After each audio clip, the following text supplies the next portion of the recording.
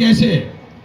અને આપણે બધા જ પાટણ 42 ઠાકોર સમાજમાંથી વર્ષોથી આ બંધારણને પાળીએ છીએ, આ બંધારણને ફોલો કરીએ છીએ। નવગણજી જે કીધું એ પાછલા 10-15 વર્ષ પહેલા આપણા સમાજની દીકરીઓ 50-100 કિલોમીટર દૂર આપતા હતા, પાછલા 15 વર્ષથી આપણે સમાજમાં હગું કરીએ છીએ। વાત બરાબર ને?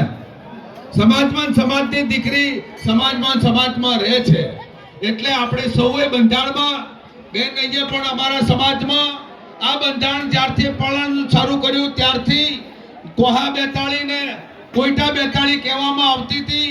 એ બંધારણમાં આજે ખીચડીની કડી વર્ષોથી ચાલતી હતી। આજે કેટલાક આગેવાનોએ ખીચડી કડીનો આજે પ્રયાસ કર્યો છે। એમાં બંધારણ પાળવામાં ક્યાંય સમાજે ક્યાંય ઉલ્લંઘન ક્યાંય કર્યું નહીં। એટલે આવાવાળા સમાજમાં આપણે સૌએ બંધારણ પાળવાનું છે।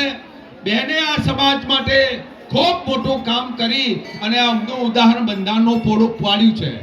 એવું જ આપણે પાટણની અંદર ઠાકોર કન્યા હોસ્ટેલ જે નવગણજી બનાવે એ અને બીજી પણ એક કન્યા હોસ્ટેલ આજે બની રહી છે। એ બંધારણના અનુસંધાનમાં બેનનું જ્યારે ઉત્તર ગુજરાતમાં ઠાકોર સમાજમાં તમે આ બધાય બેઠા એટલા બધાય હું માનું તો આવ્યા હતા।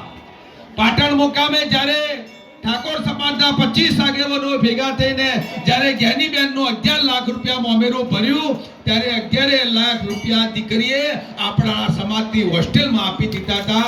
આ બેનનું ઉમદા કામ છે। આજે બેન જે શિક્ષણનું કાર્ય લઈને નીકળ્યા છે, સમાજને એક તોતણે બાંધવાનું કામ કરી લઈને નીકળ્યા છે। સમાજ ક્યાંય વેરણ તેરણ ના થાય, સમાજની સંપૂર્ણ જવાબદારી લઈને જ્ઞાનીબેન જ્યારે આપણી સૌની સાથે નીકળ્યા હોય ત્યારે આપણે સૌ જ્ઞાનીબેનને સમર્થન કરીએ।